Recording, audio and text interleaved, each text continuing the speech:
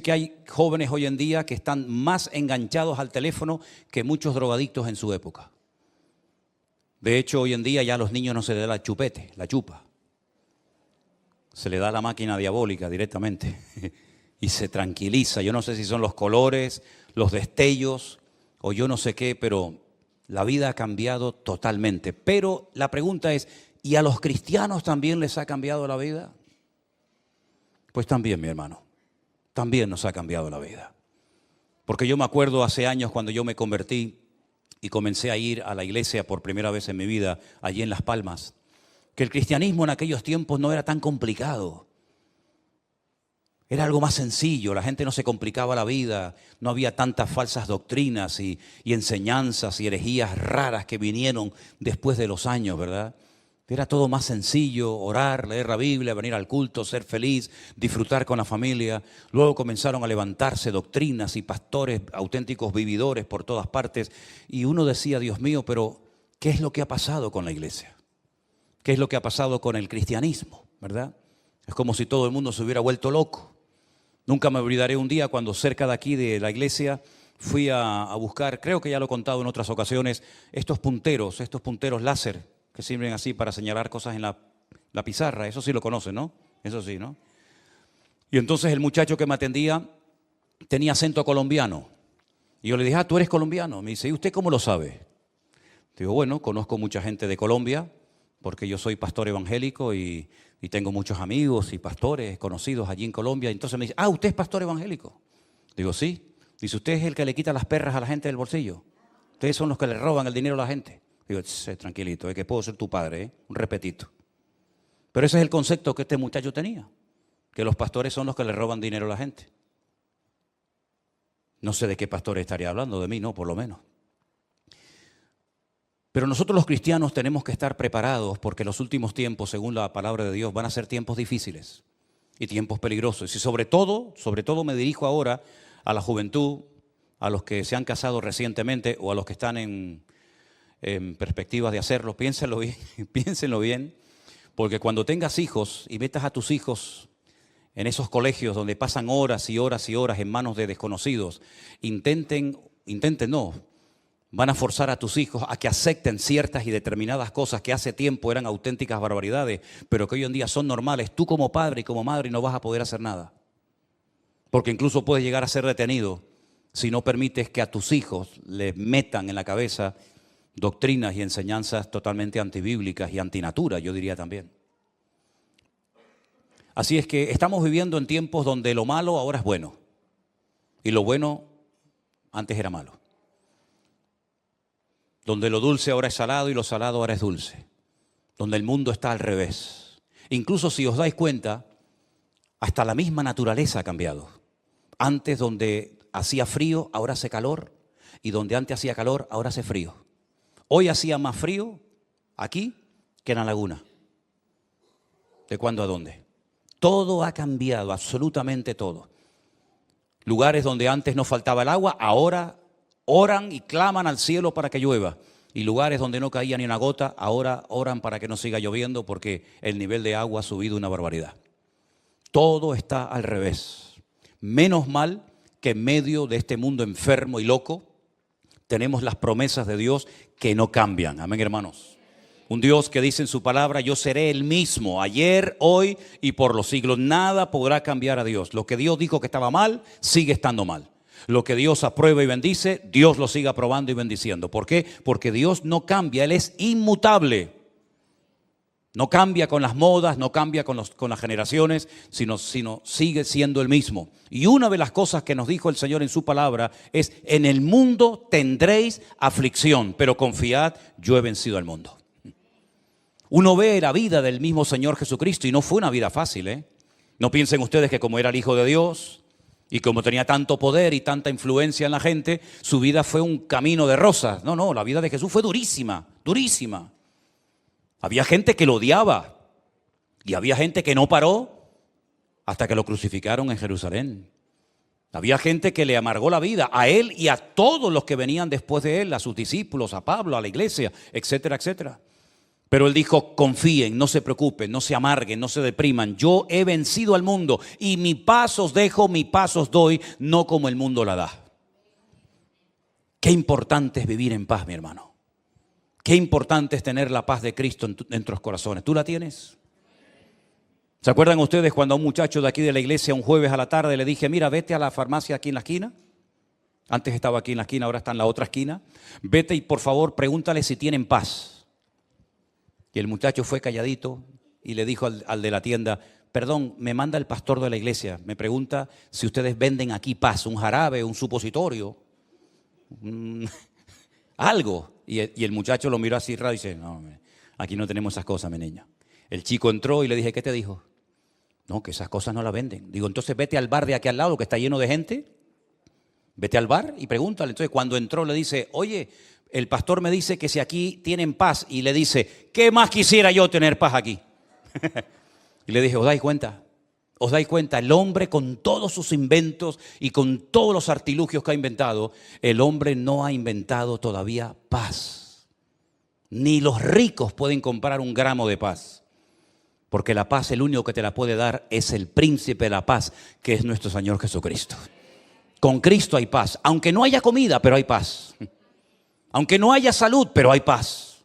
Aunque no haya trabajo, pero hay paz. Míralo, por ejemplo, navegando en el mar de Galilea. Una tempestad terrible, terrible.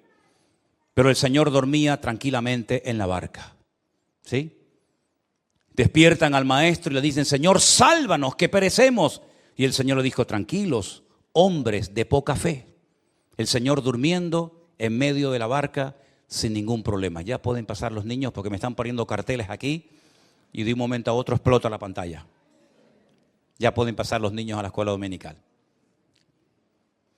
Esa fue la primera sensación que yo sentí en mi vida cuando fui por primera vez a una iglesia parecida a esta y le dije a Dios, yo no sé si tú existes o no, no lo tengo muy claro. Pero si tú existes, yo quiero que me des paz porque no la tengo. Y desde ese día, creo que tenía 17 años, tengo 61 ahora mismo, ni un solo día la paz de Cristo se ha ido de mi vida. Se han ido otras cosas y han venido otras, pero la paz de Cristo es permanente. Nada ni nadie te la puede quitar.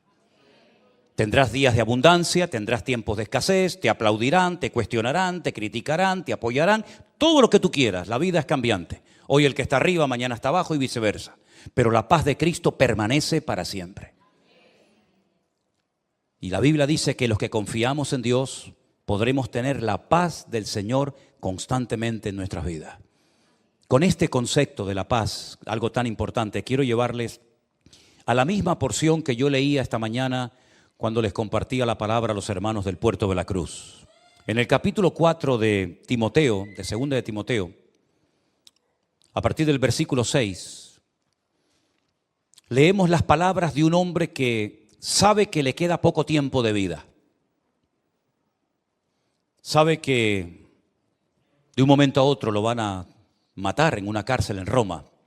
Y él escribe esta carta y se la dirige, se la manda a un joven pastor llamado Timoteo, que está pastoreando una iglesia que él había fundado en la ciudad de Éfeso. Y le dice, yo ya estoy para ser sacrificado. El tiempo de mi partida está cercano. He peleado la buena batalla, he acabado la carrera, he guardado la fe. Fíjate qué cosas tan importantes. He peleado la buena batalla, he acabado la carrera y he guardado la fe. Y el versículo siguiente dice, por lo demás, ya como conclusión, me está guardada la corona de justicia, la cual me dará el Señor, el juez justo, en aquel día, y no solo a mí, sino a todos los que aman su venida. ¿Cuántos dicen amén? Ya se acabaron los viajes, el fundar iglesias, el preparar obreros. El tiempo está cercano y Pablo dice, de un momento a otro acaban conmigo. Un hombre que sufrió una barbaridad por ser cristiano, por ser predicador. Él había sido un perseguidor de los cristianos, ahora lo persiguen a él. Y él sabe perfectamente de que de un momento a otro su vida se acaba. A mí me llama mucho la atención que hay ciertos personajes, bueno, no dos ni tres, sino unos cuantos, personas de la Biblia que sabían que les quedaba poco tiempo de vida. Incluso hasta llamaban a los hijos y le decían, llámeme a todos los muchachos, llámeme a mis nietos, llámeme a los hijos, porque quiero despedirme de ustedes antes de morir. Y los bendecía, por ejemplo, el caso de Abraham, de Isaac, de Jacob y otros, que sabían que iban a morir. Bueno, me llama la atención sobre todo la vida de Isaac, que dice que está a punto de morir, si le dice al hijo, prepárame 2 cabritos que me voy a morir. No, mandarse 2 cabritos uno solo, y se va a morir, y se come 2 cabritos. Y los bendice, porque sabían que les quedaba poco tiempo de vida. Y ahora el apóstol Pablo dice, me queda poco tiempo, el tiempo de mi partida está cercano, pero quiero dejar constancia de que para mí la vida no ha sido fácil, ha sido una lucha, una batalla tremenda. Y he peleado la batalla y he acabado la carrera, no he tirado la toalla antes de tiempo, sino que me he mantenido firme a pesar de las circunstancias hasta el final. Ah, y una cosa muy importante, y nadie me ha quitado la fe que tenía en el Señor. Amén. Me han quitado trozos de piel de la espalda a latigazos, me han humillado, me han criticado, me han perseguido, me han hecho todo tipo de perrería, pero la fe nadie me la ha podido quitar. Tampoco se la pudieron quitar a los jóvenes que llevaron a Babilonia, ¿se acuerdan? Se los llevaron cautivos a Babilonia, mataron a sus padres, les quemaron el templo, les destruyeron la ciudad, etcétera, etcétera, pero no pudieron robarle la fe de sus corazones. Tampoco a José.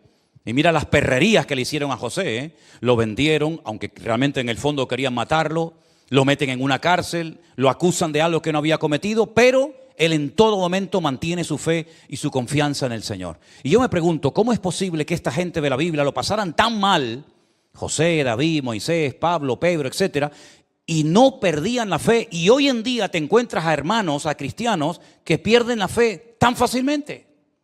¿Cuál era el secreto de aquella gente? Porque parece que cuanto más los torturaban, más fe tenían.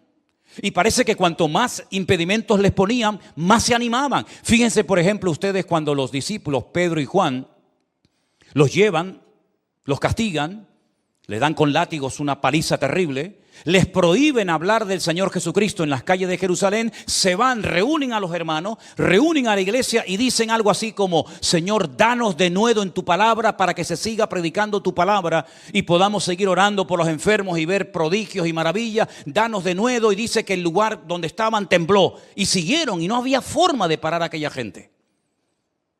Y a Pablo lo metían en cárceles y desde la cárcel seguía cantando. Y tú dices, Dios mío, pero ¿qué tenía aquella generación? ¿Qué tenían aquellos cristianos que a lo mejor no tenemos nosotros? Porque yo veo gente que se va del Señor por una tontería. Porque a lo mejor un día el pastor no lo saludó. O porque un día escuchó una predicación y se sintió, me está hablando a mí, se sintió aludido, ofendido y cogió no vino más. Y yo digo, Dios mío, aquellas mujeres que llevaban a sus hijos en sus entrañas y a otros de pecho y salían a la arena del circo romano y eran despedazadas por fieras y los quemaban. Y Nerón, que se le ocurrió la genial idea de prenderle fuego mientras crucificaba a los cristianos para poder ver cómo las fieras se comían a los cristianos. Y dice que morían cantando, saltando y riendo. Y yo digo, Dios mío, pero ¿dónde está la fe nuestra hoy en día? Porque esta gente pagó un precio terrible. ¿Nosotros qué precio estamos pagando? ¿Qué precio estamos pagando nosotros, cristianos occidentales, cristianos de Europa, por el hecho de ser cristianos, si nadie se mete con nosotros? Mira la iglesia ahora mismo, la puerta está abierta. Aquí no va a venir nadie, que yo sepa, a llevarnos presos, a llevarnos a un campo de concentración, a obligarnos a renegar de Cristo. Nadie se mete con nosotros. No es un delito ser cristiano, puedes venir con la Biblia en la mano o no. Puedes pararte en una calle y decir, oye, que Dios le bendiga, te pueden llamar loco, pero meterte en la cárcel por eso, pues no. Y sin embargo, a pesar de que lo tenemos todo, si nuestros antepasados levantaran la cabeza dirían, pero ¿de qué se quejan ustedes? Si tienen todo, hasta se quejan de lo que tienen. Y a veces tenemos una fe tan endeble, una fe tan emocional, una fe con tan pocas raíces. Me llama la atención que Pablo no solamente le dice a Timoteo que él ha terminado la carrera, ya ha peleado la buena batalla, ya ha mantenido la fe, sino que también hay un momento en el que a Timoteo le dice, y la fe que tú tienes ahora, primeramente habitó en tu abuela Loida, y después tu abuela se la transmitió a tu madre, a Eunice, y tu madre te la transmitió a ti.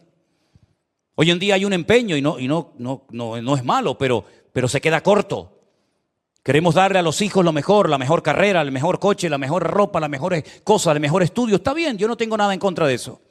Pero ¿y la fe? ¿Se la estás transmitiendo? Porque en la Biblia los padres le transmitían a los hijos el conocimiento de la Escritura y las madres la fe a sus hijos. Porque yo dije esta mañana y estoy convencido de ello, que hay varias formas como puede venirte a ti la fe, como puede crecer la fe. Por ejemplo, hay un versículo que dice, la fe viene por oír y por oír la palabra de Dios. Lo conocéis, ¿verdad? Ese término, ese verbo es un término, digamos, polivalente, se puede traducir por oír o por obedecer, que a mí me gusta más. La fe viene por obedecer y por obedecer la palabra de Dios. Es una forma como viene la fe. Pero hay momentos que te viene la fe y tú ni la has pedido, es como un don, como un regalo, ¿no?, que el Señor te da. También la fe es como un fruto. Gálatas capítulo 5 dice, el fruto del Espíritu es amor, gozo, paz, paciencia, benignidad, fe, templanza, mansedumbre. Menciona la fe como parte del fruto, es decir, según tú vas avanzando y tú vas creciendo y tú vas madurando, la fe también va creciendo en tu vida. Pero también hay otro tipo, otra forma como te puede venir la fe, que a mí me gusta mucho esto, y es por imitación. Por imitar la fe de otro. Por ejemplo, la carta a los Hebreos, cuyo autor no sabemos, dice, imitad la fe ¿de quién? De vuestros pastores. Ese versículo está en tu Biblia y en la mía también. Imitad la fe de vuestros pastores. Yo quiero tener la fe de este hombre.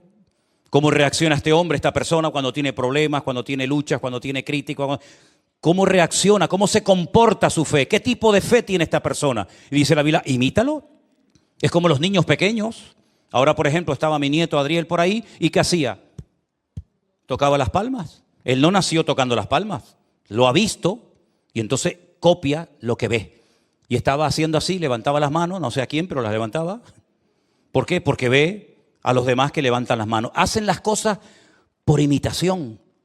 Pero es que en el mundo espiritual hay cosas positivas que pueden venir a tu vida por imitar. Por ejemplo, cuando yo escuchaba al pastor con el que yo me convertí a predicar, yo decía, yo quiero ser como él. Después prediqué mejor que él, Pero yo quería imitarlo. Y al principio me decían, oye, oímos a Manolo y oímos a este y los dos son iguales, predican igual. Hasta hubo una época que me quería vestir hasta como él. Fíjate tú lo bobo que era. Hasta que uno ya desarrolla su estilo y todo eso, ¿no? Pero era por imitación. Y yo aprendí a orar oyendo a la gente en la iglesia orar, porque me daba mucha vergüenza orar en la iglesia. De hecho, yo decía, no, a mí no me llamen porque me daba mucha vergüenza. Y aprendí a cantar oyendo a los demás cantar. Y aprendí a tocar la guitarra viendo cómo ponía el otro el dedo y yo intentaba ponerlo. Y yo aprendí muchas cosas por imitación, hasta que después ya, lógicamente, uno crece y madura en la vida, ¿verdad?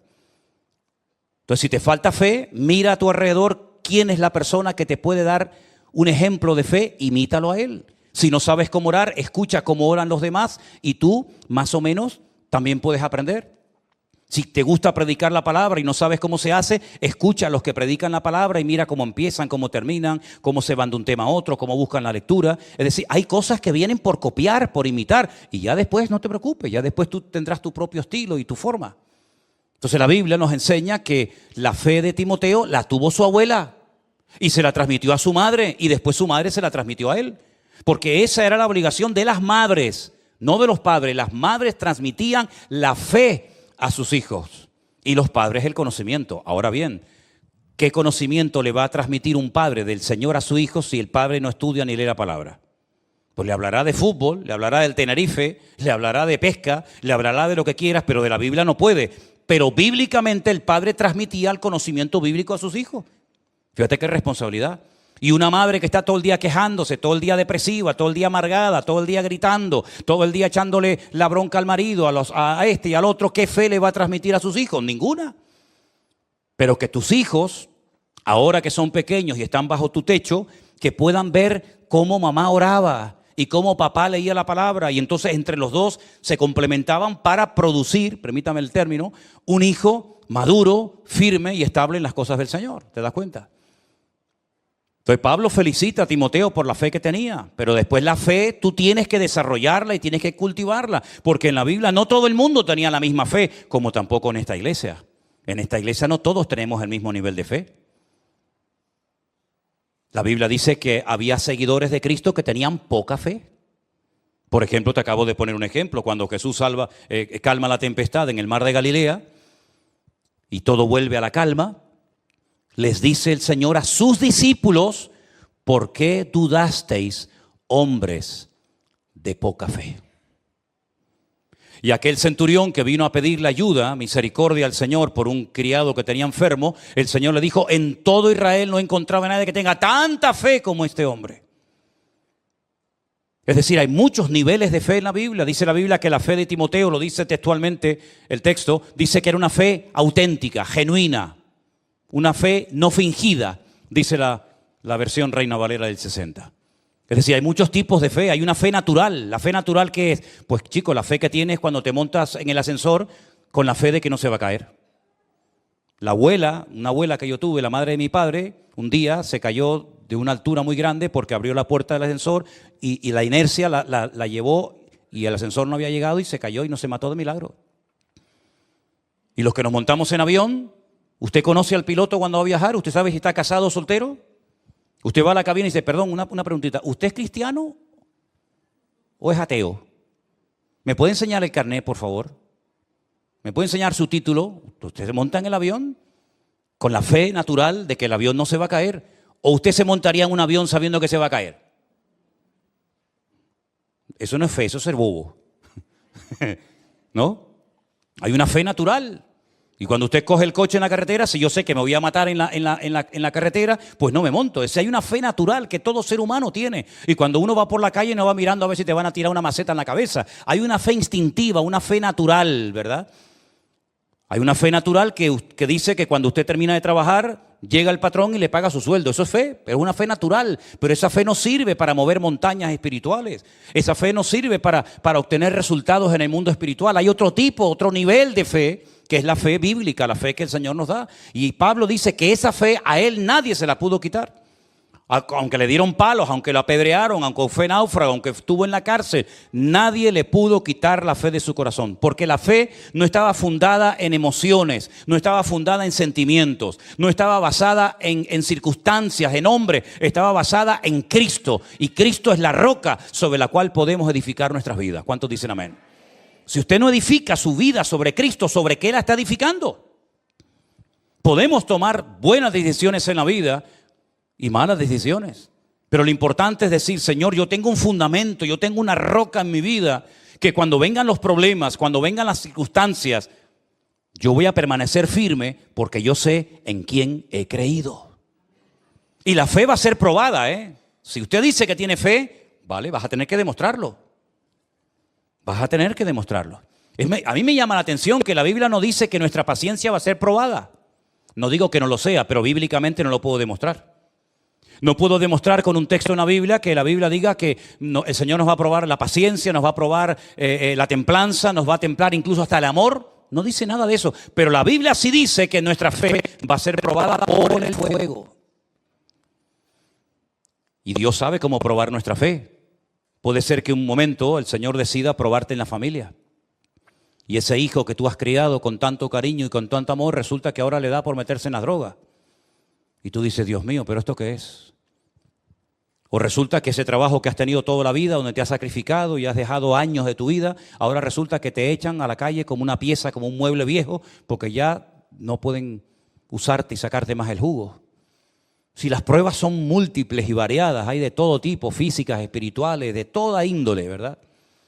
Pero hay una prueba que probablemente todos y cada uno de nosotros en momentos puntuales de la vida experimentaremos. Y Pablo relata aquí un poquito, si me permiten, déjenme que les lea unos versículos. En la misma carta de Pablo a Timoteo, en el capítulo 4, pero en el versículo 9, Pablo le dice al que va a recibir la carta, a Timoteo: procura venir pronto. No dice procura venir, sino procura venir pronto, porque él sabe que le van a matar dentro de poco. Así que procura venir pronto a verme, porque Demas era un compañero de viaje, era un predicador, como Timoteo, como cualquier otra. Dice: Demas me ha desamparado. Una cosa es que te ha abandonado y otra cosa es que te ha desamparado. Son dos cosas diferentes. Parecen igual, pero no son la misma. A ti te puede abandonar una persona, Pero desampararte una persona, búscalo en el diccionario para que veas que son dos cosas diferentes. Y Pablo dice que a Demas, a él lo desamparó. ¿Y cuál fue el motivo? Dice, porque se fue Demas amando este mundo. Para Demas en aquel momento era más importante la vida del mundo que estar al lado de un hombre como era Pablo, que necesitaba todo el apoyo del mundo y que le había ayudado tanto. Bueno, dice que se fue a Tesalónica. Otro llamado Crescente dice que se fue a Galacia. Y un tal Tito, que también lo conocemos, se fue a Dalmacia. Solo Lucas está conmigo. Toma a Marcos y tráele contigo porque me es útil para el ministerio. Después dice otro muchacho que también estuvo con él viajando, llamado Tiquico, dice, lo envió a Éfeso. Trae cuando vengas el capote que dejé en Troas, en la casa de Carpo, y los libros, mayormente los pergaminos. Y ahora menciona otro personaje que, escucha, Alejandro, otro que viajó con él, el calderero, me ha causado muchos males. El Señor le pague conforme a sus hechos. ¿Ves? Pablo no es vengativo. Pablo no dice, ya verás cuando yo salga de aquí, si es que salgo, sino que el Señor se encargue de este personaje. Dice, cuídate de él, guárdate de él, porque en gran manera se ha opuesto a mis palabras. En mi primera defensa, es decir, cuando lo sacas de la celda para llevarlo al juicio, en ese primer juicio, esa primera audiencia, ninguno estuvo a mi lado. Ninguno. Pablo era el predicador más famoso de la época, conocía a miles y a miles de personas. En Roma había una comunidad enorme de cristianos, como ustedes saben, de miles de cristianos, y ninguno iba a la cárcel a visitarlo, ninguno estuvo con él en el juicio, nadie, ninguno estuvo a mi lado. Todos me desampararon, no les sea tomado en cuenta. Bueno, como decía mi padre, los mejores amigos se prueban cuando uno está en el hospital o en la cárcel, ¿no? Ahí es donde uno sabe si realmente hay verdaderos amigos o no, o son amigos de conveniencia. En este caso, nadie fue capaz de estar al lado de Pablo, solamente uno estuvo con él siempre. ¿Quieren saber quién es? Ponme el versículo 17, por favor, si eres tan amable. Léalo conmigo. ¿Quién estuvo con él? El Señor. Dígalo otra vez. El Señor. ¿De qué Señor estamos hablando? Del Señor Jesucristo, al que hemos cantado, al que hemos adorado, al que le hemos dicho, a ti la honra, la gloria, el imperio por los siglos de los siglos. Amén. Ese Señor, dice, estuvo a mi lado y me dio fuerzas para que por mí fuese cumplida la predicación y para que todos los gentiles oyesen. Así fui librado de la boca del león. Ahora tú imagínate, un hombre conocido, un hombre que ha dado su vida por el evangelio, un hombre que ha levantado iglesias por todas partes, un hombre que ha ayudado a pastores, un hombre que le ha dado oportunidad a cantidad de gente. Resulta que en el momento más duro y difícil de su vida, nadie está con él, nadie lo va a visitar, nadie dice, oye Pablo, te hace falta algo, Pablo, necesitas algo. Si pide el capote, el manto, es porque tenía frío. Es que a nadie se le ocurrió llevarle una manta a este hombre, a nadie se le ocurrió ir a visitarlo, a llevarle una tacita de caldo caliente, a nadie se le ocurrió nada, ni por ahí te pudras, amigo. Pero Pablo está relajado y tranquilo porque dice, ¿saben una cosa, hermanos? Pero el Señor estuvo conmigo y me libró de la boca del león, del diablo, y me dio fuerza. Y el hombre sigue predicando a pesar de que sabe que lo van a matar por predicar el evangelio. Y dice, y el Señor me librará de toda obra mala y me preservará para su reino celestial. ¿Y cómo concluye esta conversación? Dándole al Señor toda la gloria y la honra. A Él sea la gloria por los siglos de los siglos. Amén. Así muere un valiente. Así no muere un mequetrefe, un pelele, un hombre que es ahora sí y mañana no. Así mueren los valientes, los hombres de Dios. Como él dijo, yo sé en quién he creído. Me abandonó este, me traicionó el otro, me criticó fulano, este me causó males, pero el Señor estuvo a mi lado y me dio fuerzas porque yo sé en quién he creído. Bendito sea Dios. Y esa es la fe que nos va a ayudar a sobrevivir en estos tiempos. Esa es la fe que necesitamos todos, los casados, los solteros, los mayores, los jóvenes. Esta es la fe que necesitamos urgentemente para poder vivir una vida cristiana victoriosa.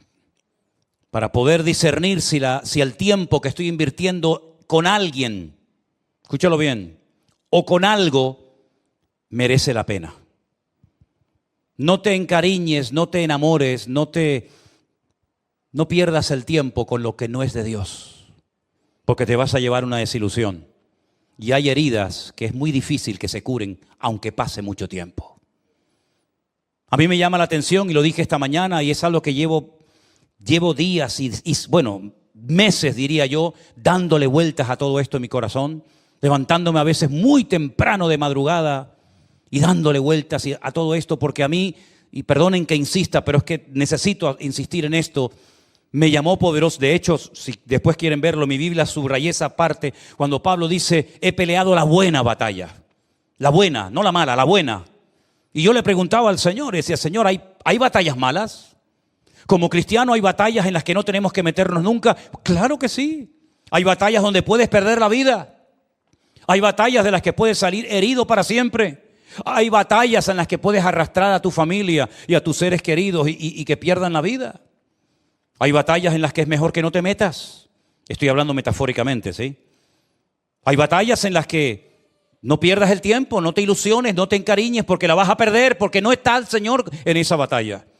Porque cuando peleamos por algo o por alguien donde el Señor está, bendito sea Dios, lloramos, sufrimos, lo que haga falta.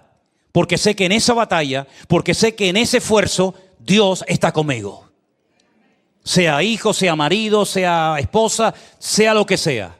Cada uno sabrá a lo que me refiero. Pero hay otras batallas que mejor que te salgas corriendo cuanto antes. Y permítame poner algunos ejemplos, porque yo le decía al Señor, Señor, enséñame, yo quiero aprender de ti. Yo no tengo pastor. Yo no tengo pastor hace 40 años. Yo necesito que tú me enseñes y que tú me hables. Y ahora que no hay ruido de coche, ni de semáforo, ni de ambulancia, ni nada, sino aquí tranquilito, solo tú y yo, enséñame, Señor, háblame de tu palabra. Y el Señor me da palabra y me enseña. Así es como el Señor me pastorea a mí. Y yo empecé a hacer una lista y Él me venía a este pasaje, vete aquí, vete allá, lee esto, apunta a lo otro. Y tengo listas enormes de nombres, de lugares, de capítulos, de versículos, de batallas malas. Batallas que fue un desastre haberse metido en ellas. ¿Te acuerdas cuando el otro día hablaba de que los filisteos le dijeron al rey de Filistea, no lleves a este porque este no es de nosotros y este se nos va a volver en contra en la batalla? ¿Se acuerdan ustedes? Bueno, David no fue librado milagrosamente, pero los filisteos sí fueron a la batalla. ¿Te acuerdas? David se fue a su casa, que por cierto se la encontró quemada, destruida, se habían llevado a la mujer, a los hijos. Pero los filisteos sí fueron a la batalla. Y cuando uno sigue leyendo, ¿y a qué batalla fueron? Fueron a pelear contra Israel y contra el rey Saúl. ¿Y qué pasó ese día? Que Saúl murió. Se suicidó. Saúl, viendo que había perdido la batalla, se echó sobre su espada y, como aquellos samuráis japoneses en la Segunda Guerra Mundial, se quitó de medio. Y a su hijo Jonatán, que era un chico excelente, una persona maravillosa, el íntimo amigo, la mano derecha de David, lo mataron. Y al otro, y al otro, y al otro. Una batalla en la que Dios no estaba.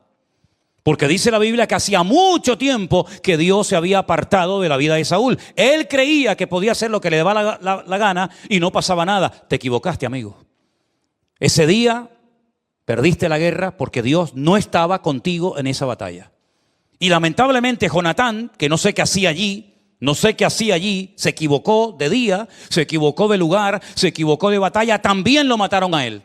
Por haber ido con la persona equivocada, al lugar equivocado, en el día equivocado. Perdió su vida antes de tiempo. Cuando le llega la noticia al rey David, David se vuelve loco y empieza a gritar, Jonatán, Jonatán, amigo mío, etcétera, etcétera. Una mala batalla. ¿Para qué vas a una guerra donde Dios no va contigo? Jeremías tuvo 40 años diciéndole al pueblo, arrepiéntanse, no se les ocurra hacerle la guerra a los caldeos porque la van a perder. No porque sean más fuertes que ustedes, no, sino que ustedes están mal. Ustedes están en pecado, viven en desorden y Dios no va a bendecir vuestros esfuerzos. No le hicieron caso, pelearon contra Nabucodonosor, perdieron la guerra, murieron miles de personas, Muchos niños se quedaron sin sus padres, mujeres sin sus maridos. El templo lo queman, lo saquean, lo destruyen, las murallas, Jerusalén, los llevan al cautiverio. Un desastre. ¿Por qué? Porque fue una mala batalla. ¿Qué le decía Jeremías? Ríndanse, busquen al Señor, pídanle perdón, pónganse en orden. Y si no lo van a hacer, si no quieren obedecer al Señor, por lo menos ríndanse al enemigo para que el enemigo tenga piedad y clemencia de ustedes. Pero ni una cosa ni otra. Fue una mala batalla. La batalla del año 70 después de Cristo en Jerusalén, cuando Tito es mandado por su padre, el emperador Vespasiano, y le dice, tráeme todo el oro y los tesoros del templo. Se ponen a pelear, ¿verdad? Los celotes se ponen a pelear a aquellos judíos cuando el Señor dijo, no quedará piedra sobre piedra que no sea destruida. No hacen caso a la palabra, no se convierten, siguen R que R con su desobediencia, pierden la guerra. 1 millón de judíos perdieron la vida en Jerusalén en el año 70 después de Cristo. Mira, todavía ni se han recuperado de aquella guerra. Y estamos en el 2023 y aquella guerra fue en el 70 después de Cristo. Todavía en tantos siglos no han podido levantar el templo. Todavía no han podido ni siquiera dominar el monte de las mezquitas en Jerusalén. Todavía no se han recuperado de aquella pérdida. Y Jerusalén nunca más volvió a hacer lo mismo porque pelearon una mala batalla. ¿Te das cuenta? Entonces tú pregúntate. ¿Por qué estoy yo luchando en la vida? ¿Con qué me estoy yo encariñando y entreteniendo? ¿Es una buena batalla? Gloria a Dios, pelea, el Señor te va a dar la victoria. Pero si es una mala batalla y estás perdiendo el tiempo y te estás encariñando y estás perdiendo el tiempo con algo, con alguien que no es de Dios, después no digas que no te lo dije. Después no digas que no sabías. Una buena batalla fue la de Jericó, que no hace falta ni disparar una flecha. Una buena batalla fue la de Jericó, que el Señor le dijo, tranquilo, den vueltas y vueltas, y al final de los 7 días den otras 7 vueltas y griten, y las murallas cayeron solas. Eso es una batalla que da gusto ir a ella, ¿sí o no? Eso es una maravilla.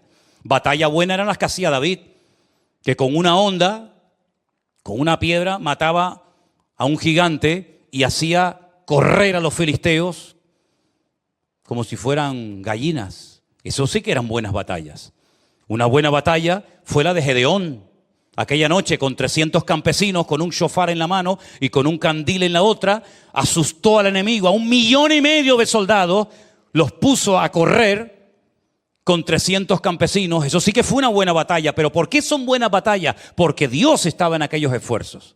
Porque Dios estaba con aquellos hombres, con Gedeón, con David.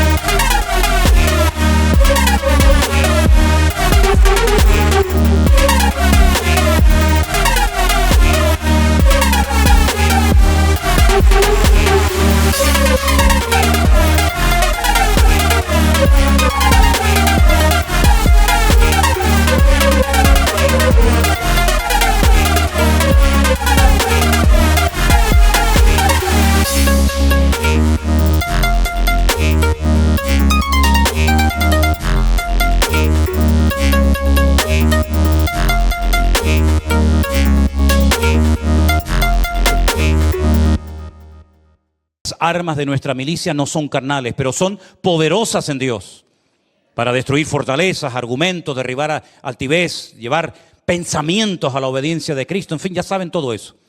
Si hay alguien en la Biblia que utiliza constantemente términos militares, ese es Pablo. O habla de espada, o habla de escudo, o habla de lanza, o habla de guerra, o habla de soldados.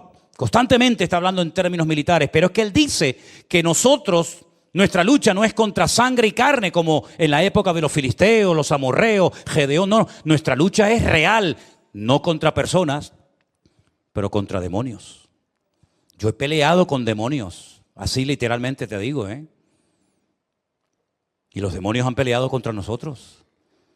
Y hemos peleado en oración de rodillas, que es como mejor se ganan las batallas. Cuando te rindes a Cristo y el Señor te sorprende, la lucha es real. Si no es ahora, será mañana, y si no, pasado mañana. Pero lucharás con tus hijos, lucharás con tus nietos, lucharás con el matrimonio, lucharás en el ministerio, lucharás en el trabajo. La vida es lucha, lucha constante y permanente. Y el mundo intenta camuflar esta guerra con mentiras. Todo está bien, todo se va a arreglar, no pasa nada, todo va a cambiar, las guerras van a desaparecer.